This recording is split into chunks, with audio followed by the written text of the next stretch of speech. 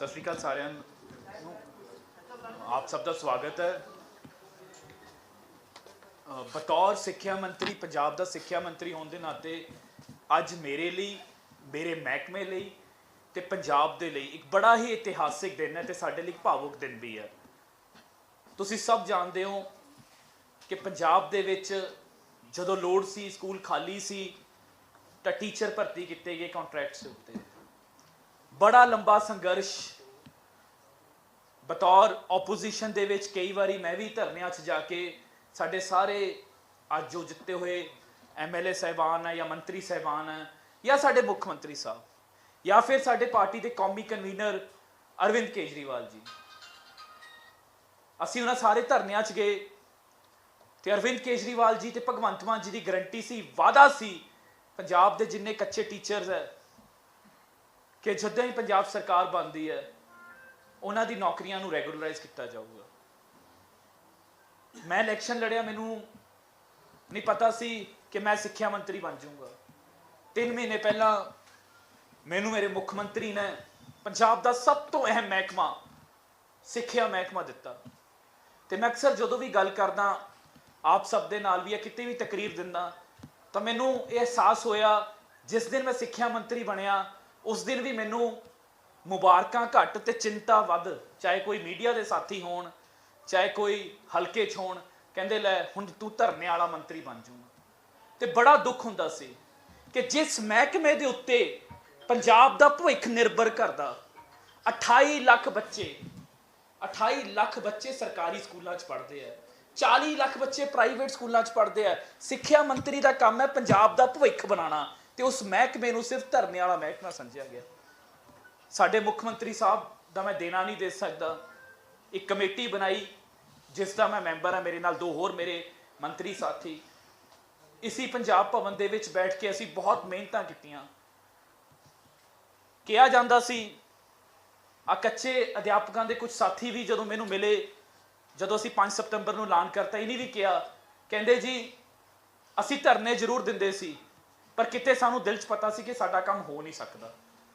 पर यह सिर्फ अते सिर्फ नीयत सी साडे मुख्यमंत्री दी कि एक पॉलिसी बना के 5 सितंबर नूं टीचर्स डे वाले दिन, उस दिन भी सानूं यह सीगा कि अज तक अध्यापक दिवस, पहली गल तां कदी भी अध्यापक दिवस ते मुख्यमंत्री नहीं आए। पहली बारी इस बारी अध्यापक दिवस के उत्ते टीचर्स के सन्मान के उत्ते खुद मुख्यमंत्री साहब पहुंचे, मेरे हल्के च पहुंचे, सिक्ख्या मंत्री के हल्के च पहुंचे तो ऐलान कर दिता सवेरे 9 बजे कैबिनेट बना के कि पंजाब के जिहड़े कच्चे टीचर पक्के कर दिते जाणगे। ते अज उसनूं अमली रूप, क्योंकि बहुत सारी प्रक्रियावां होंदियां, AG office, LR office, personnel department, FD department, वो सारी प्रक्रिया पूरे करते हुए दिन रात असी मेहनत की। अज नोटिफिकेशन पंजाब सरकार का मेरे हथ विच है जिसका बेनीफिट 9000 तो वध टीचर्स नूं होगा, प्लस जिहड़े नॉन टीचिंग स्टाफ है।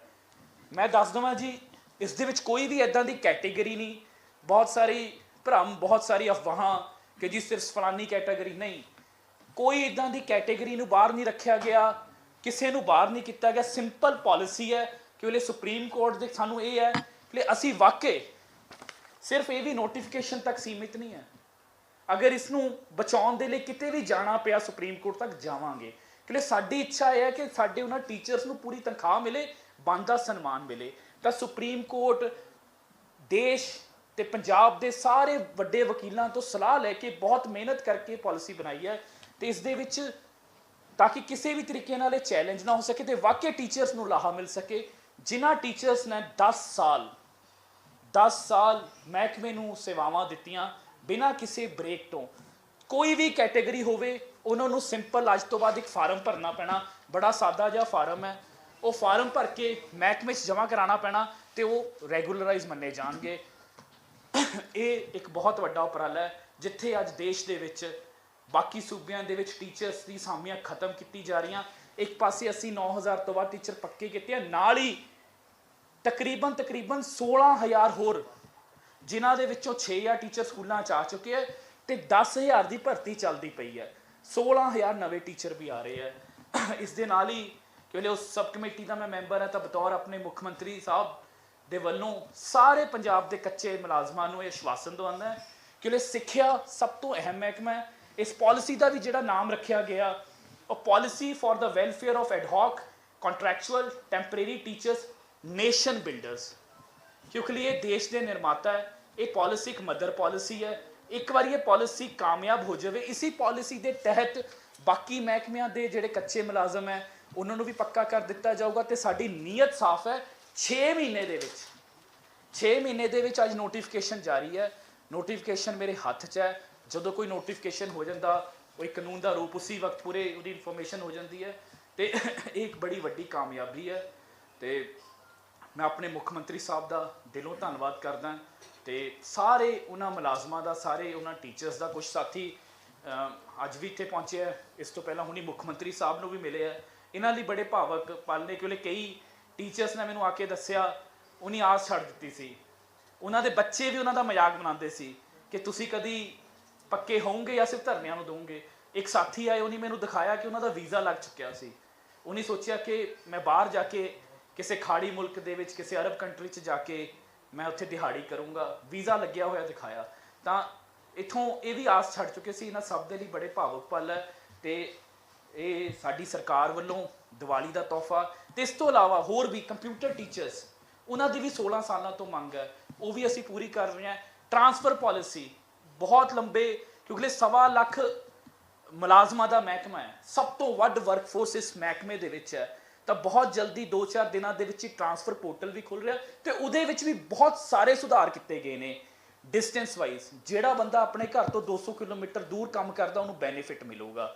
ਅਗਰ ਕੋਈ ਵੀ ਮੁਲਾਜ਼ਮ ਵਿਡੋ ਹੋ ਜਾਂਦੇ ਹੈ, ਡਾਈਵੋਰਸੀ ਹੈ, 40% ਤੋਂ ਵੱਧ ਹੈਂਡੀਕੈਪਡ ਹੈ, ਬਲਾਈਂਡ ਹੈ, ਕਿਸੇ ਦਾ ਬੱਚਾ ਬਹੁਤ ਸੀਰੀਅਸਲੀ ਬਿਮਾਰ ਹੈ, ਫੌਜੀਜ਼ ਨੇ ਜਿਹੜੇ ਸਾਡੇ ਸਪੈਸ਼ਲ ਏਰੀਆਜ਼ ਦੇ ਵਿੱਚ ਕੰਮ ਕਰ ਰਹੇ, ਉਹਨਾਂ ਦੀ ਵਾਈਫ, ਉਹਨਾਂ ਨੂੰ ਸਾਰਿਆਂ ਨੂੰ ਸਪੈਸ਼ਲ ਰਿਆਇਤਾਂ ਦੇ ਦਿੱਤੀਆਂ।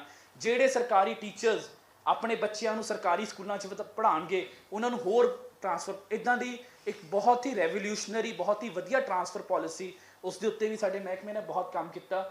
ਉਹ ਵੀ ਅੱਜ ਕੱਲ੍ਹ ਦੇ ਵਿੱਚ ਆ ਜਾਊਗੀ ਤੇ ਪੋਰਟਲ ਬਹੁਤ ਜਲਦੀ ਖੁੱਲ੍ਹ ਜਾਊਗਾ। ਇਹ ਸਾਰਾ ਕੁਝ ਕਿਉਂਕਿ ਇਕੱਲੇ ਇਮਾਰਤਾਂ ਦੇ ਨਾਲ, ਜਿੱਥੇ ਅਸੀਂ ਇਮਾਰਤਾਂ ਵਧੀਆ ਬਣਾ ਰਹੇ ਹਾਂ, ਜਦੋਂ ਤੱਕ ਮੇਰੇ ਟੀਚਰ ਖੁਸ਼ ਨਹੀਂ ਹੋਣਗੇ ਤਾਂ ਇਸ ਮਹਿਕਮੇ ਦੇ ਵਿੱਚ ਸੁਧਾਰ ਨਹੀਂ ਆ ਸਕਦਾ। ਇਹ ਅੱਜ ਇਸ ਕਰਕੇ ਸਾਡੇ ਮਹਿਕਮੇ ਲਈ, ਪੰਜਾਬ ਸਰਕਾਰ ਲਈ ਬੜਾ ਖੁਸ਼ੀ ਦਾ ਦਿਨ ਹੈ ਤੇ ਮੈਨੂੰ ਆਸ ਹੈ ਕਿ ਇਸੀ ਪਾਲਿਸੀ ਦੇ ਤਹਿਤ ਬਾਕੀ ਸਾਰੇ ਮਹਿਕਮੇ ਦੇ ਮੁਲਾਜ਼ਮਾਂ ਨੂੰ ਵੀ ਇਦਾਂ ਦੀ ਖੁਸ਼ਖਬਰੀ ਜਲਦੀ ਮਿਲੂਗੀ ਜੀ। ਬਹੁਤ ਬਹੁਤ ਧੰਨਵਾਦ।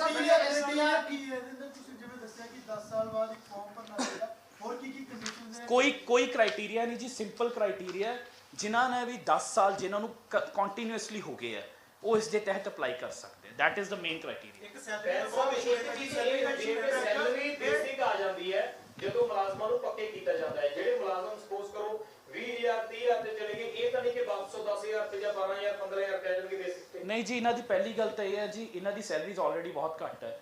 ਕੋਈ 6,000 ਤੇ, ਕੋਈ 8,000 ਤੇ, ਕੋਈ 9,000 ਤੇ, ਕੋਈ 12,000 ਤੇ। ਤਾਂ ਇਹਨਾਂ ਸਾਰਿਆਂ ਨੂੰ ਜਿਹੜੀ ਹੈ ਇਮੀਡੀਏਟਲੀ ਬੇਸਿਕ ਪੇ ਹੋ ਜੂਗੀ।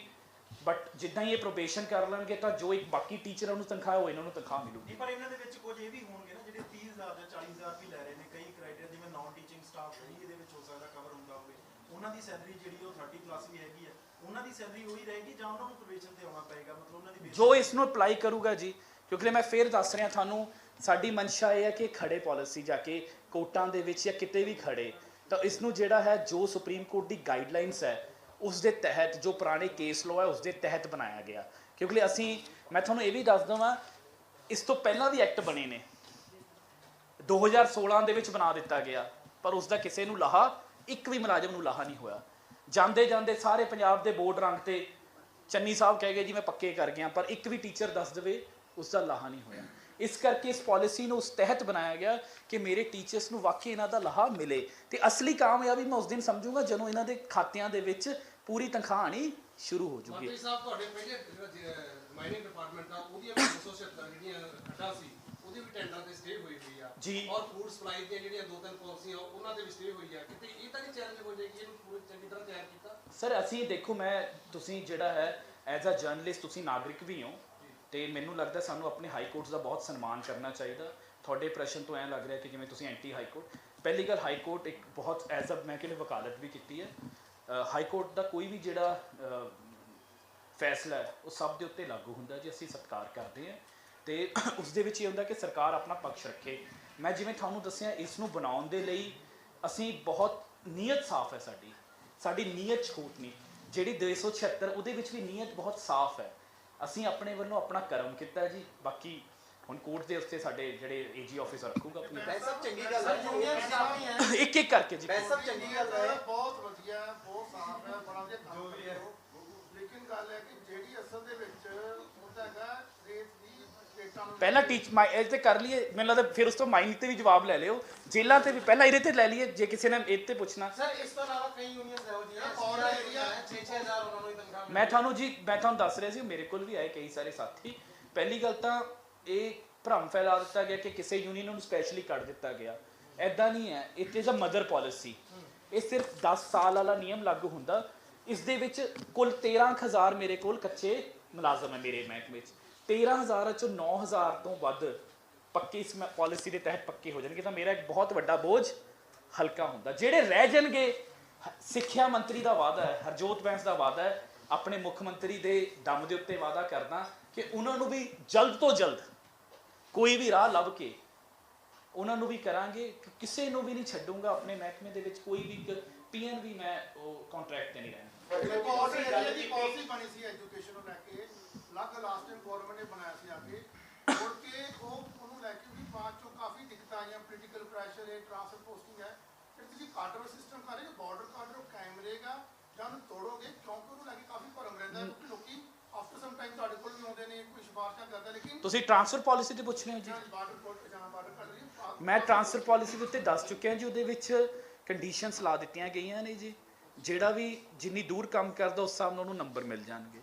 50 ਕਿਲੋਮੀਟਰ ਤੇ ਇੱਕ ਹੈ, 25 ਉਸ ਤੋਂ 75 ਤੇ ਉਹਨੂੰ ਵੱਧ ਹੈ, 100 ਤੇ ਵੱਧ ਹੈ, 125 ਤੇ ਹੋਰ ਵੱਧ ਹੈ, 250 ਤੇ ਉੱਤੇ ਮੈਕਸਿਮਮ ਹੈ। ਜੇ ਤੁਹਾਡਾ ਕਿਸੇ ਸਰਕਾਰੀ ਟੀਚਰ ਦਾ ਬੱਚਾ ਸਰਕਾਰੀ ਸਕੂਲ 'ਚ ਪੜ੍ਹਦਾ ਉਹਨੂੰ ਵੱਧ ਨੰਬਰ ਹੈ।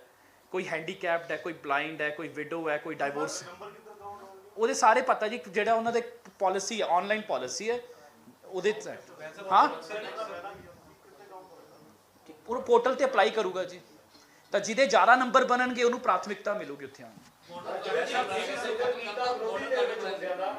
ਅਰਵਿੰਦ ਕੇਜਰੀਵਾਲ ਨੇ ਪੀਟੀਆਈ ਟੀਚਰਾਂ ਨੂੰ ਟੈਂਕੀ ਤੋਂ ਉਤਾਰਿਆ ਸੀ, 1 ਸਾਲ ਬਾਅਦ ਉਹੀ ਟੀਚਰ ਉਸੇ ਟੈਂਕੀ ਦੇ ਉੱਤੇ ਦੁਬਾਰਾ ਚੜੇ ਹੋਏ। ਮੈਂ ਇਹਦੇ ਵਿੱਚ ਬਾਰ-ਬਾਰ ਮੈਂ ਕਹੂੰਗਾ ਜੀ, ਉਹਨਾਂ ਦੀ ਫਾਈਲ ਵੀ ਬੁਲਾਈ ਹੋਈ ਹੈ, ਪਰ ਮੈਨੂੰ ਜਿੱਥੇ ਦੇਖੋ ਮੈਂ ਕਹੂੰਗਾ ਬਾਕੀ ਸਾਰੀ ਯੂਨੀਅਨ ਸਾਡਾ ਸਾਥ ਦੇ ਰਹੀਆਂ।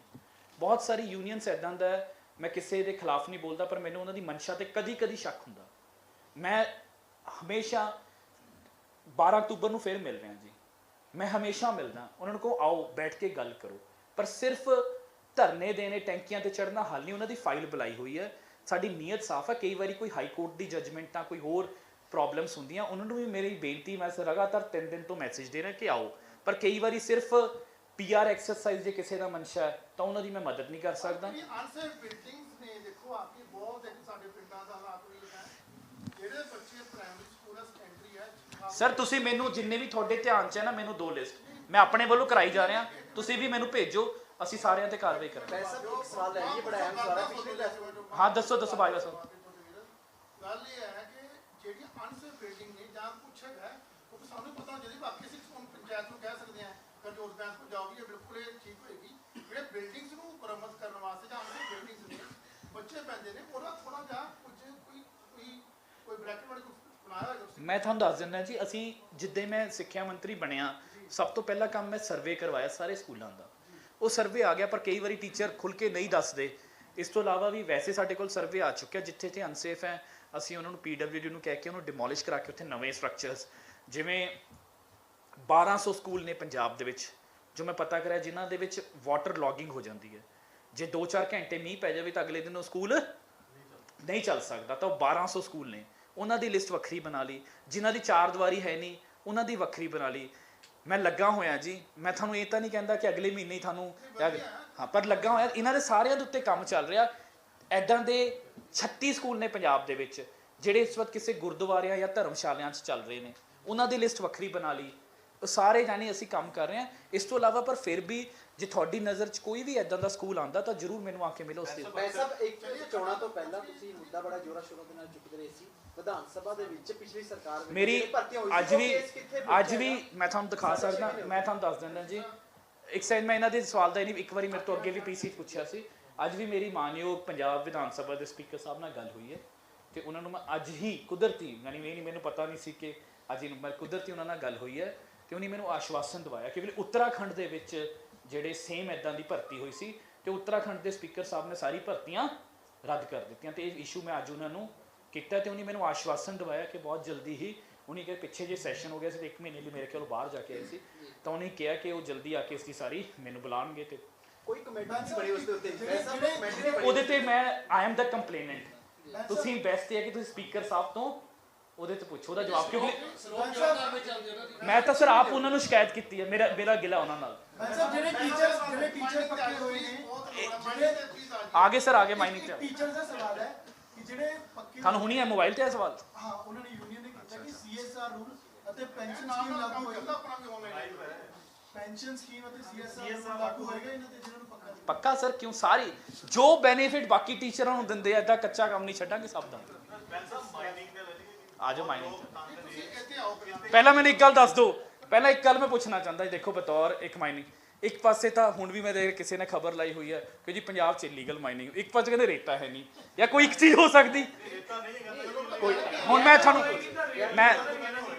ਇੱਕ ਚੀਜ਼ ਦੱਸ ਦਿੰਦਾ ਜੀ ਇੱਕ ਚੀਜ਼ ਤੁਸੀਂ ਸਾਰੇ ਮੇਰੇ ਸਾਥੀ ਹੋ ਤੁਸੀਂ ਸਭ ਮੈਨੂੰ ਨਿੱਜੀ ਤੌਰ ਤੇ ਵੀ ਜਾਣਦੇ ਹੋ ਮੈਂ ਤੁਹਾਨੂੰ ਬਿਲਕੁਲ ਕੋਈ ਓਲੇ ਵਾਲੀ ਗੱਲ ਨਹੀਂ ਕਰੂੰਗਾ ਇਸ ਵਕਤ ਇੱਕ ਜੰਗ ਲੜ ਰਹੀ ਹੈ ਪੰਜਾਬ ਸਰਕਾਰ ਬਤੌਰ ਮਾਈਨਿੰਗ ਮੰਤਰੀ ਮੈਂ ਹਮੇਸ਼ਾ ਤੁਹਾਨੂੰ ਕਿਹਾ ਕਿ ਮੇਰਾ ਮਕਸਦ ਹੈ ਕਿ ਮੈਂ ਮਾਈਨਿੰਗ ਨੂੰ ਮਾਈਨਿੰਗ ਮਾਫੀਆ ਤੋਂ ਹਟਾ ਕੇ ਇੱਕ ਮਾਈਨਿੰਗ ਇੰਡਸਟਰੀ ਬਣਾਉਣਾ ਚਾਹੁੰਦਾ ਜਿਹੜਾ ਮਾਫੀਆ ਜੀ ਉਹਨੇ ਇੰਨੇ ਸਾਲ ਰਾਜ ਕੀਤਾ ਕਰੋੜਾਂ ਅਰਬਾਂ ਰੁਪਏ ਤੁਸੀਂ ਮੇਰੇ ਤੋਂ ਵੱਧ ਜਾਣਦੇ ਹੋ ਸਾਰੇ ਤੁਸੀਂ ਮੇਰੇ ਤੋਂ ਵੱਧ ਜਾਣਦੇ ਉਹਨਾਂ ਦਾ ਪੂਰਾ ਜ਼ੋਰ ਲੱਗਿਆ ਹੋਇਆ ਕਿ ਕਿਸੇ ਤਰੀਕੇ ਨਾਲ ਸਰਕਾਰ ਫੇਲ ਹੋ ਜਾਵੇ ਤੇ ਮੁੜ ਕੇ ਅਸੀਂ ਲੀਗਲ ਜੋ ਹਕੀਕਤ ਹੈ ਪਰ ਫਿਰ ਵੀ ਅਸੀਂ ਹਟਾਂਗੇ ਨਹੀਂ ਅਸੀਂ ਪਿੱਛੇ ਨਹੀਂ ਹਟਾਂਗੇ ਲੱਖ ਰੁਕਾਵਟਾਂ ਦੇ ਬਾਵਜੂਦ ਮਾਈਨਿੰਗ ਸ਼ੁਰੂ ਹੋ ਚੁੱਕੀ ਹੈ ਜੀ ਕੱਲ ਪੰਜਾਬ ਦੇ ਵਿੱਚ 10,000 ਮੈਟ੍ਰਿਕ ਟਨ ਤੋਂ ਵੱਧ ਮਟੀਰੀਅਲ ਨਿਕਲਿਆ ਅੱਜ ਸਾਨੂੰ ਆਸ ਹੈ 25-30,000 ਕ੍ਰਾਸ ਕਰ ਜੂਗਾ ਤੇ ਅਗਲੇ 3-4 ਦਿਨਾਂ ਦੇ ਵਿੱਚ ਮਾਈਨਿੰਗ ਜਿੰਨੀ ਡਿਮਾਂਡ ਹੈ ਪੰਜਾਬ ਦੇ ਉੱਤੇ ਉੱਥੇ ਪੁੱਜ ਜੂਗੀ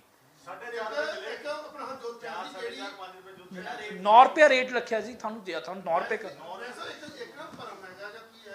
ਪਹਿਲੀ ਗੱਲ ਤਾਂ ਸਾਰੇ ਮਾਫੀਆ ਦੇ ਖਿਲਾਫ ਹੀ ਤੁਸੀਂ ਕਹੋਗੇ ਨਾ ਪ੍ਰੈਸ਼ਰ ਮਾਫੀ ਪਰ ਦੱਸ ਦਿਓ ਵੀ ਆਪਾਂ ਮਾਫੀ ਨੂੰ ਕਿਉਂ ਸਿੱਧੇ ਟੱਕਰਾਂਗੇ ਆਪਾਂ ਵੀ ਆਹ ਬੰਦਾ ਗਲਤ ਹੈ ਨੰਬਰ 1 ਨੰਬਰ 2 ਜਿਹੜਾ ਅਸਲ ਦੇ ਵਿੱਚ ਖੱਡ ਜਿਹੜੀ ਆਮ ਹੈ ਕਿ ਇੱਕ ਰੇਟ ਮਹਿੰਗਾ ਵਿਕਦਾ ਰੇਂਡੀ ਚੁੱਕੀ ਗਿਆ ਕੇ ਉਹਦਾ ਤੁਸੀਂ ਕਿਵੇਂ ਕਰੋਗੇ ਸਰ ਉਹਦਾ ਬਾਜਵਾ ਸਾਹਿਬ ਬੜੇ ਸਿੰਪਲ ਜਿਹਾ ਗੱਲ ਹੈ ਇਹ ਹੈ ਕਿ ਇੱਕ ਰੇਤਾ ਬਾਰੇ ਆਮ ਚੱਲਦਾ ਹੈ ਹੁਣ ਇਹ ਮੌਨਸੂਨ ਥੋੜਾ ਖਤਮ ਹੋ ਜਾਏਗਾ ਖਤਮ ਹੋ ਗਿਆ ਜੀ ਹੁਣ ਸ਼ੁਰੂ ਹੋ ਗਿਆ ਅੱਜ 6-7 ਤਰੀਕ ਹੈ 1 ਅਕਤੂਬਰ ਤੁਸੀਂ ਮਾਈਨਿੰਗ ਸ਼ੁਰੂ ਕਰ ਸਕਦੇ ਹੋ ਮੈਂ ਤੁਹਾਨੂੰ ਇੱਕ ਗੱਲ ਦੱਸਦਾ ਜਿੱਦਾਂ ਹੀ ਜੀ ਦੇਖੋ ਇੱਕ ਇਕਨੋਮਿਕਸ ਦਾ ਬੇਸਿਕ ਨਿਯਮ ਹੈ ਜਦੋਂ ਡਿਮਾਂਡ ਵਧੂਗੀ ਤੇ ਸਪਲਾਈ ਨਹੀਂ ਹੈ ਤਾਂ ਉਸ ਚੀਜ਼ ਦਾ ਰੇਟ ਵਧੂਗਾ ਤਾਂ ਸਾਡਾ ਫੋਕਸ ਮੇਰਾ ਇਹ ਹੈ ਕਿ ਮੈਂ ਜਿੰਨੀ ਜਲਦੀ ਸਪਲਾਈ ਵਧਾਵਾਂ ਜਿੱਦਾਂ ਸਪਲਾਈ ਵਧੂਗੀ ਤਾਂ ਜਿਹੜੇ ਰੇਟਸ ਆ ਆਪਣੇ ਆਪ ਥੱਲੇ ਆਣਗੇ ਸਾਡਾ ਫੋਕਸ ਮੇਰੇ ਮਹਿਕਮਾ ਦਿਨ ਰਾਤ ਲੱਗਿਆ ਹੋਇਆ ਕਿਉਂਕਿ 1 ਤਰੀਕ ਤੋਂ ਰਿਜ਼ਿਊਮ ਹੋਇਆ ਤੇ ਹਜੇ ਵੀ BBMP ਨੇ ਬਹੁਤ ਪਾਣੀ ਛੱਡਿਆ ਹੋਇਆ ਬਹੁਤ ਸਾਰੀ ਸਾਈਟਾਂ ਦੇ ਵਿੱਚ ਪਾਣੀ ਇੰਨਾ ਜ਼ਿਆਦਾ ਜਿੱਥੇ ਮਾਈਨਿੰਗ ਨਹੀਂ ਹੋ ਸਕਦੀ ਜੇ ਅਸੀਂ ਉੱਥੇ ਸ਼ੁਰੂ ਕਰਤਾ ਤੁਸੀਂ ਫੋਟੋ ਖਿੱਚ ਕੇ ਲਾ ਦੋਗੇ ਆ ਦੇਖੋ ਦਰਿਆ 'ਚ ਮਾਈਨਿੰਗ ਹੋ ਰਹੀ ਹੈ ਤਾਂ ਉਸ ਕਰਕੇ ਇਸ ਟਾਈਮ ਰੇਟ ਕੀ ਹੈ ਚੱਲ ਰਿਹਾ ਸਰ ਮੈਂ ਤੁਹਾਨੂੰ ਇਹ ਦੱਸ ਦਵਾਂ ਬਾਜਵਾ ਸਾਹਿਬ 9 ਰੁਪਏ ਰੇਟ ਹੈ ਫਿਕਸਡ ਜਿਹੜਾ ਰੇਤੇ ਦਾ ਬਜਰੀ ਦਾ 20 ਰੁਪਏ ਹੈ ਦਿੱਕਤ ਟਰਾਂਸਪੋਰਟੇਸ਼ਨ 'ਚ ਆਉਂਦੀ ਹੈ ਠੀਕ ਹੈ ਨਾ ਉਹ ਪਿੱਠ ਹੈਡ ਦੇ ਉੱਤੇ ਹੈ ਹੁਣ ਜੇ ਤੁਸੀਂ ਸਪੋਜ਼ ਕਰੋ ਮੋਹਾਲੀ 'ਚੋਂ ਹੀ ਖੱਡ ਹੈ ਕੋਈ ਉੱਥੇ 9 ਰੁਪਏ ਲੈ ਰਹੇ ਤੇ ਤੁਸੀਂ ਮੋਹਾਲੀ ਮੰਗਵਾ ਰਹੇ ਤੁਹਾਨੂੰ ਸਸਤਾ ਮਿਲੂਗਾ ਪਰ ਤੁਸੀਂ ਮੋਹਾਲੀ ਤੋਂ ਰੇਤਾ ਬਠਿੰਡਾ ਲੈ ਕੇ ਜਾ ਰਹੇ ਹੋ ਤਾਂ ਕਾਸਟ ਉਹ ਟਰਾਂਸਪੋਰਟੇਸ਼ਨ ਕਾਸਟ ਐਡ ਹੋ ਜਾਂਦੀ ਹੈ ਨਿੱਜੀ ਖੱਡਾਂ ਦੇ ਉੱਪਰ ਸਰਕਾਰ ਮੋਨੀਟਰਿੰਗ ਕਰੇਗੀ ਕਿਉਂਕਿ ਨਿੱਜੀ ਖੱਡਾਂ ਤੋਂ ਤੁਹਾਡਾ ਭਾਅ ਮੰਨ ਲਓ ਜਿਵੇਂ ਕੋਈ ਆਪਸ਼ਨ ਹੋ ਜਾਂਦੀ ਹੈ ਸਰ ਮੋਨੀਟਰਿੰਗ ਤਾਂ ਹੋਊਗੀ ਜੀ ਮੈਂ ਤੁਹਾਨੂੰ ਨਾਲ ਅੱਗੇ ਵੀ ਦੱਸਿਆ ਕਿ ਅਸੀਂ ਤਾਂ ਜਿਹੜੇ ਮੈਂ ਤੁਹਾਨੂੰ ਅੱਜ ਫੇਰ ਦੱਸ ਲੇਟੈਸਟ ਜਿਵੇਂ ਕਿਉਂਕਿ ਮਨਮਰਜ਼ੀ ਚੱਲ ਰਹੀ ਹੈ ਥੋੜੀ ਜਿਵੇਂ ਅਕਸਰ ਇਹ ਗੱਲ ਹੈ ਟਿੱਪਰਾਂ ਤੇ ਚਿੱਪ ਲਾਉਣ ਦਾ ਸੀਗਾ ਸਰ ਉਹ ਸਾਰਾ ਕੁਝ ਕਰ ਰਹੇ ਆ ਉਹ ਚੱਲ ਰਿਹਾ ਦਿੱਕਤ ਇਹ ਹੈ ਕਿ ਇਸ ਵਕਤ ਫੋਕਸ ਮੇਰਾ ਸਪਲਾਈ ਤੇ ਹੈ ਜੇ ਅਗਰ ਮਾੜ ਠੀਕ ਹੈ ਨਾ ਜਿਹੜੀ ਤੁਸੀਂ ਉਹ ਟਿੱਪਰਾਂ ਦੇ ਉੱਤੇ ਚਿੱਪ ਵੀ ਲੱਗ ਰਹੀ ਹੈ ਚੈੱਕ ਗੇਟ ਵੀ ਲੱਗਣਗੇ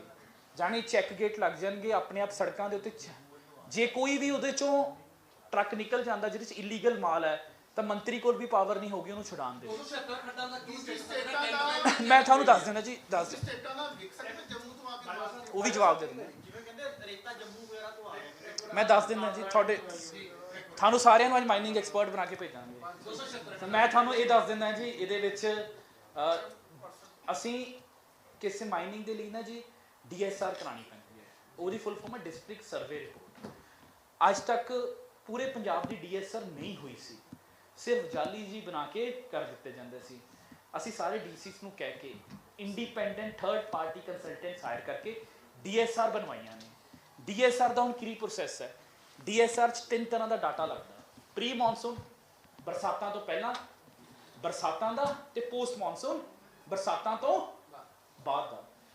ਲੀਗਲੀ ਨਾਰਥ ਇੰਡੀਆ ਜਿਹੜਾ ਮੌਨਸੂਨ ਹੈ 30 ਸਤੰਬਰ ਤੱਕ ਗਿਣਿਆ ਜਾਂਦਾ। ਹੁਣ ਪੋਸਟ ਮੌਨਸੂਨ ਡਾਟਾ ਸਾਡੇ ਕੰਸਲਟੈਂਟਸ ਇਕੱਠੇ ਕਰ ਰਹੇ ਨੇ। ਇੱਦਾਂ ਦੀਆਂ 500 ਸਾਈਟਾਂ ਉਹ ਨਹੀਂ ਜਾ ਕੇ ਆਇਡੈਂਟੀਫਾਈ ਕੀਤੀਆਂ, 500 ਦੇ ਵਿੱਚੋਂ 236 ਪਾਈਆਂ ਗਈਆਂ ਜਿਹੜੀਆਂ ਹੋ ਸਕਦੀਆਂ। ਉਸ ਤੋਂ ਬਾਅਦ ਡੀਐਸਆਰ ਦੇ ਨਿਯਮ ਇਹ ਕਹਿੰਦੇ ਆ, ਇੱਕ ਵਾਰੀ ਪੋਸਟ ਮੌਨਸੂਨ ਡਾਟਾ ਇਕੱਠਾ ਕਰਕੇ ਤੁਸੀਂ 1 ਮਹੀਨਾ ਉਹ ਰਿਪੋਰਟ ਜਨਤਾ ਦੇ ਵਿੱਚ ਜਨਤਕ ਕਰਨੀ ਹੈ, ਪਬਲਿਕ ਡੋਮੇਨ 'ਚ ਦੇਣੀ ਹੈ। ਪਬਲਿਕ ਡੋਮੇਨ 'ਚ ਜੇ ਕਿਸੇ ਨੂੰ ਵੀ ਆਪ ਜੀ ਨੂੰ ਕੋਈ ਇਤਰਾਜ਼ ਹੈ, ਕਿਸੇ ਨੂੰ ਵੀ ਇਤਰਾਜ਼ ਹੈ, ਉਹ ਕਿਸੇ ਵਾਤਾਵਰਨ ਪ੍ਰੇਮੀ ਨੂੰ ਇਤਰਾਜ਼, ਉਹ ਇਤਰਾਜ਼ ਕਰ ਸਕਦਾ, ਜਾਂ ਕਿਸੇ ਲੈਂਡ ਓਨਰ ਨੂੰ, ਉਹ ਸਾਰੇ ਇਤਰਾਜ਼ ਆਉਣਗੇ। ਉਸ ਤੋਂ ਬਾਅਦ ਉਹ ਡੀਐਸਆਰ ਫਾਈਨਲਾਈਜ਼ ਹੋ ਕੇ ਅਸੀਂ ਇੱਕ ਬੋਡੀ ਹੈ ਸੀਆ, ਉਸ ਨੂੰ ਜਮ੍ਹਾਂ ਕਰਾਵਾਂਗੇ। ਉਸ ਤੋਂ ਬਾਅਦ ਉਹਦਾ ਈਸੀ ਮਿਲੂਗਾ। ਹੁਣ ਉਹਨਾਂ 236 ਖੱਡਾਂ ਦੇ ਵਿੱਚੋਂ 50 ਛੱਡ ਕੇ ਉੱਦਾਂ ਦੀਆਂ ਖੱਡਾਂ ਜਿਨ੍ਹਾਂ ਦੀ ਨਵੀਆਂ ਨੇ, ਤਾਂ ਉਹਨਾਂ ਦੀ ਈਸੀ ਦੀ ਲੋੜ ਹੈ। ਈਸੀ ਦੇ ਲਈ ਕਿਹਦੀ ਲੋੜ ਹੈ? ਡੀਐਸਆਰ ਦੀ। ਡੀਐਸਆਰ ਦਾ ਕੰਮ ਚੱਲ ਰਿਹਾ। ਸਾਨੂੰ ਉਮੀਦ ਹੈ ਕਿ ਅਕਤੂਬਰ ਦੇ ਅਖੀਰਲੇ ਹਫਤੇ ਜਾਂ ਨਵੰਬਰ ਦੇ ਪਹਿਲੇ ਹਫਤੇ ਤੱਕ ਡੀਐਸਆਰ ਆ ਜਾਣਗੀਆਂ। ਡੀਐਸਆਰ ਆ ਗਈਆਂ ਤਾਂ ਸਰਕਾਰ ਨੂੰ ਈਸੀ ਮਿਲ ਜੂਗੀ, ਤੇ ਫਿਰ ਅਗਲੇ ਜਿਹੜੀ ਨਵੀਂ ਮਾਈਨਿੰਗ ਪਾਲਿਸੀ ਉਹਦੇ ਵਿੱਚ ਬਹੁਤ ਸੌਖਾ ਹੋਊਗਾ। ਇੱਕ ਸੈਕਿੰਡ, ਇੱਕ ਉਹਨਾਂ ਦਾ ਪ੍ਰਸ਼ਨ ਸੀਗਾ ਕਿ ਬਾਹਰੋਂ ਮਾਲ ਆਉਂਦਾ ਜੀ। ਹਾਂ, ਕੋਈ ਵੀ ਸਟੇਟ ਦੇ ਵਿੱਚੋਂ ਮੈਂ ਦੱਸ ਦਿੰਦਾ ਜੀ। ਪਹਿਲਾਂ 7 ਰੁਪਏ ਰੇਟ, ਅੱਜ ਤੋਂ ਪਹਿਲਾਂ ਮੈਂ ਤੁਹਾਨੂੰ ਇੱਕ ਹੋਰ ਜਾਣਕਾਰੀ ਦੱਸ ਦਿੰਦਾ ਜੀ। ਅੱਜ ਤੋਂ ਪਹਿਲਾਂ ਬਤੌਰ ਇਸ ਸਰਕਾਰ ਆਉਣ ਤੋਂ ਪਹਿਲਾਂ, ਮਾਨ ਸਾਹਿਬ ਦੀ ਸਰਕਾਰ ਆਉਣ ਤੋਂ ਪਹਿਲਾਂ ਮਾਲ ਬਾਹਰੋਂ ਆਉਂਦਾ ਸੀ, ਪਰ ਮਾਫੀਆ ਉਹਨਾਂ ਦੀ ਗੁੰਡਾ ਪਰਚੀ ਲੈਂਦਾ ਸੀ, ਤੇ 1 ਰੁਪਿਆ ਵੀ ਪੰਜਾਬ ਸਰਕਾਰ ਦੇ ਖਜ਼ਾਨੇ ਵਿੱਚ ਨਹੀਂ ਆਉਂਦਾ ਸੀ। ਅਸੀਂ ਪਿੱਛੇ ਜੀ, ਆਪ ਜੀ ਨੂੰ ਯਾਦ ਹੋਣਾ, 1.5-2 ਮਹੀਨੇ ਪਹਿਲਾਂ ਅਸੀਂ ਇੱਕ ਨਵੀਂ ਕ੍ਰਸ਼ਰ ਪਾਲਿਸੀ ਲੈ ਕੇ ਆਏ ਸੀ। ਉਹਦੇ ਵਿੱਚ ਅਸੀਂ 7 ਰੁਪਏ ਰੇਟ ਫਿਕਸ ਕੀਤਾ ਸੀ ਪਰ ਕਿਊਬਿਕ ਫੀਟ। ਉਸ 7 ਰੁਪਏ ਦੇ ਹਿਸਾਬ ਨਾਲ ਸਾਨੂੰ 2 ਕਰੋੜ ਤੋਂ ਵੱਧ ਦਾ ਜਿਹੜਾ ਮਾਲ ਆ ਪਿਛਲੇ 1 ਮਹੀਨੇ 'ਚ ਪੰਜਾਬ ਸਰਕਾਰ ਨੂੰ ਆਇਆ। ਪਰ ਕਿਉਂਕਿ ਇਸ ਵਕਤ ਪੰਜਾਬ ਦੇ ਵਿੱਚ ਡਿਮਾਂਡ ਬਹੁਤ ਜ਼ਿਆਦਾ ਹੈ, ਤਾਂ ਉਹ 7 ਰੁਪਏ ਨੂੰ ਘਟਾ ਕੇ ਉਹਨੂੰ 3.5 ਰੁਪਏ ਕਰ ਦਿੱਤਾ ਗਿਆ। 3.5 ਰੁਪਏ ਇੱਕ ਸਿਕਿਉਰਿਟੀ ਡਿਪੋਜ਼ਿਟ ਲਾਇਆ ਗਿਆ। ਜਿਹੜਾ ਦੂਜੀ ਸਟੇਟ ਦੇ ਵਿੱਚੋਂ ਸਹੀ ਕਾਗਜ਼ ਲੈ ਕੇ ਆਉਂਦਾ ਉਸ ਦੇ ਉੱਤੇ ਕੋਈ ਟੈਕਸ ਨਹੀਂ ਹੈ, ਕੋਈ ਵੀ ਸਿਕਿਉਰਿਟੀ ਨਹੀਂ ਹੈ। ਪਰ ਜੇ ਅਗਰ ਉਹਦੇ ਕੋਲ ਕਾਗਜ਼ ਨਹੀਂ ਹੈ ਤਾਂ ਉਹਨੂੰ 3.5 ਰੁਪਏ ਕਿਊਬਿਕ ਫੀਟ ਦੇਣਾ ਪੈਣਾ, ਤੇ ਉਹ ਆਪਣੇ ਕਾਗਜ਼ ਚੈੱਕ ਕਰਾਵੇ ਤੇ ਸਾਡੇ ਤੋਂ ਰਿਫੰਡ ਲੈ ਲਵੇ, ਤਾਂ ਕਿ ਬਾਹਰੋਂ ਜਿਹੜੀ ਇਲੀਗਲ ਆਏ ਮਾਈਨਿੰਗ ਦਾ ਮਾਲ ਆਉਂਦਾ ਉਹ ਨਾ ਆਵੇ। ਕੱਲ ਵੀ ਤਕਰੀਬਨ 4 ਲੱਖ ਰੁਪਏ ਪੰਜਾਬ ਸਰਕਾਰ ਨੂੰ ਸਿਰਫ ਇਹ ਆਊਟਸਾਈਡ, ਜਿਹੜਾ ਅੱਜ ਤੱਕ ਕਦੀ ਵੀ ਨਹੀਂ ਆਇਆ ਸੀ। ਹੋਰ ਕੋਈ ਅੰਮ੍ਰਿਤਪਾਲ ਦੇ ਮੁੱਦੇ ਤੇ ਰਾਜਾ ਵੜਿੰਗ ਵੱਲੋਂ ਡੀਜੀਪੀ ਪੰਜਾਬ ਨੂੰ ਚਿੱਠੀ ਲਿਖੀ ਗਈ ਹੈ, ਕਾਰਵਾਈ ਤੁਸੀਂ ਉਹਦੇ ਉੱਤੇ ਜੀ ਆਪ ਸਭ ਮਿਲਦੇ ਰਹਿੰਦੇ ਹੋ, ਮੇਰੇ ਮੁੱਖ ਮੰਤਰੀ ਸਾਹਿਬ, ਮੇਰੇ ਗ੍ਰਹਿ ਮੰਤਰੀ ਸਾਹਿਬ ਨੂੰ ਪੁੱਛਿਓ, ਮੈਂ ਅੱਜ ਉੱਤੇ ਮੇਰੇ ਮਹਿਕਮੇ ਤੇ ਪੁੱਛੋ। ਮੈਂ ਫੇਰ ਤੁਹਾਨੂੰ ਕਹਿ ਰਿਹਾ ਜੀ, ਮੈਂ ਦੇਖੋ ਤੁਹਾਨੂੰ ਕੋਈ, ਮੈਂ ਦੇਖੋ ਜੀ, ਮੈਂ ਤੁਹਾਨੂੰ ਤੁਹਾਡੇ ਕਿਸੇ ਵੀ ਪ੍ਰਸ਼ਨ ਦਾ ਜਿਹੜਾ ਮੇਰੇ ਨਾਲ ਲਿੰਕ ਟਾਈਮ ਆਣਾ ਪੰਜਾਬ ਦਾ ਤਾਂ ਮਸਲਾ ਸਰ, ਮੇਰੇ ਤੁਸੀਂ ਚੀਮਾ ਸਾਹਿਬ ਤੁਹਾਨੂੰ ਮਿਲਦੇ ਨਹੀਂ ਅੰਸਾਰੀ ਵਾਲੇ ਕੇਸ 'ਚ ਕੀ ਬਣਿਆ ਫਿਰ? ਬਹੁਤ ਸਰ, ਇੱਕ ਪੰਜਾਬ ਦੇ ADGP ਲੈਵਲ ਦੇ ਆਫੀਸਰ ਉਸ ਦੀ ਜਾਂਚ ਕਰ ਰਹੇ ਨੇ, ਤੇ ਲਗਾਤਾਰ ਸਟੇਟਮੈਂਟਸ ਦਾ ਦੌਰ ਜਾਰੀ ਹੈ, ਤੇ ਜਦੋਂ ਹੋਊਗਾ ਆਪ ਸਾਨੂੰ ਦੱਸਾਂਗੇ। ਜਿਹੜੇ ਮੋਬਾਈਲ ਫੋਨ ਸਰ ਐਜੂਕੇਸ਼ਨ ਤੇ ਇਹਨੂੰ ਗੈਂਗਸਟਰ ਭੱਜਿਆ, ਉਹਦੇ ਕੋਲ ਜਿਹੜੇ ਮੋਬਾਈਲ ਦੇ ਜੇਲ੍ਹ ਸੀਗੇ, ਜਿਹੜੇ 7 ਪ੍ਰੋਡਕਸ਼ਨ ਯੂਨਿਟ ਤੋਂ ਬੰਦੇ ਲੈ ਕੇ ਆਏ, ਉਹਨਾਂ ਨਾਲ ਗੱਲਬਾਤ ਕਰਦਾ ਸੀ ਆ ਕੇ ਗੋਇੰਦਵਾਲ, ਅੰਮ੍ਰਿਤਸਰ ਤੇ ਇੱਕ ਕਪੂਰਥਲਾ ਜੇਲ੍ਹ 'ਚ ਆ ਕੇ। ਇਹ ਜਿਹੜੇ ਬਾਰ-ਬਾਰ ਮੋਬਾਈਲ ਦਾ ਹੈਗਾ, ਕੋਈ ਇਹਦਾ ਕੀ ਮੈਕਸਿਮਮ, ਕੋਈ ਜੈਮਰ ਵੀ ਲੱਗੇ ਨੇ? ਨਹੀਂ, ਜੈਮਰ ਸਾਰੀ ਜੇਲ੍ਹਾਂ 'ਚ ਨਹੀਂ ਲੱਗੇ, ਨਹੀਂ ਲੱਗੇ। ਚਲੋ ਇਹਨਾਂ ਦਾ ਸਿਰਫ ਬਠਿੰਡੇ ਨੇ ਜੈਮਰ। ਮੈਂ ਤੁਹਾਨੂੰ ਦੱਸ ਦੂੰ, ਪਹਿਲੀ ਗੱਲ ਤਾਂ ਜੇਲ੍ਹ 'ਚੋਂ ਨਹੀਂ ਭੱਜਿਆ ਜੀ, ਜੇਲ੍ਹ 'ਚੋਂ ਇੱਕ ਮੋਬਾਈਲ ਫੋਨ ਜਿਹੜੇ ਮੈਂ ਤੁਹਾਨੂੰ ਦੱਸ ਦਿੰਦਾ ਜੀ। ਮੈਂ ਕੱਲ ਦੇ ਵੀ ਸਿਰਫ ਕੱਲ ਦਾ 30 ਤੋਂ ਪਲੱਸ ਦਾ ਅੰਕੜਾ ਹੈ ਸਾਰੇ ਪੰਜਾਬ ਦੀ ਜੇਲ੍ਹਾਂ 'ਚੋਂ ਰਿਕਵਰੀ ਦਾ, ਸਿਰਫ ਕੱਲ ਦਾ 30 ਮੋਬਾਈਲ ਸਾਰੇ ਪੰਜਾਬ, ਕਪੂਰਥਲੇ ਤੋਂ 10 ਮਿਲੇ ਨੇ, ਫਿਰੋਜ਼ਪੁਰ ਤੋਂ 10 ਮਿਲੇ ਨੇ। ਲਗਾਤਾਰ ਮੋਬਾਈਲ ਰਿਕਵਰੀਜ਼ ਜਾਰੀ ਨੇ। ਤਕਰੀਬਨ ਮੇਰੇ ਹਿਸਾਬ ਨਾਲ 3500 ਤੋਂ ਵੱਧ ਅਸੀਂ ਮੋਬਾਈਲ ਰਿਕਵਰ ਕਰ ਲਿਆ। ਜਦੋਂ ਤੱਕ ਜੈਮਰਸ ਨਹੀਂ ਲੱਗਦੇ ਜਾਂ ਜਦੋਂ ਤੱਕ ਥਰੋਜ਼ ਨਹੀਂ ਰੁਕਦੇ, ਜਦੋਂ ਤੱਕ ਬਾਡੀ ਸਕੈਨਰ ਨਹੀਂ ਆਉਂਦੇ, ਮੋਬਾਈਲ ਆਉਣਗੇ ਜੀ ਜੇਲ੍ਹਾਂ 'ਚ। ਸਾਡਾ ਕੰਮ, ਮੇਰਾ ਬਤੌਰ ਮੰਤਰੀ ਦੇ ਕੋਲ, ਮੇਰੇ ਕੋਲ ਕੀ ਹੈ ਜੀ, ਮੈਂ ਸਖਤੀ ਕਰ ਸਕਦਾ। ਮੈਂ ਕਦੀ ਵੀ ਇਹ ਨਹੀਂ ਕਿਹਾ ਕਿ ਮੇਰੀ ਜੇਲ੍ਹਾਂ ਮੋਬਾਈਲ ਮੁਕਤ ਹੋ ਗਈਆਂ, ਮੈਂ ਕਦੀ ਵੀ ਤੁਹਾਨੂੰ ਇਹ ਨਹੀਂ ਕਿਹਾ। ਮੈਂ ਜ਼ਰੂਰ ਕਹਿੰਦਾ ਕਿ ਜੇਲ੍ਹ 'ਚ ਮੋਬਾਈਲ ਆ ਜਾਊਗਾ, ਚੱਲੂਗਾ ਨਹੀਂ।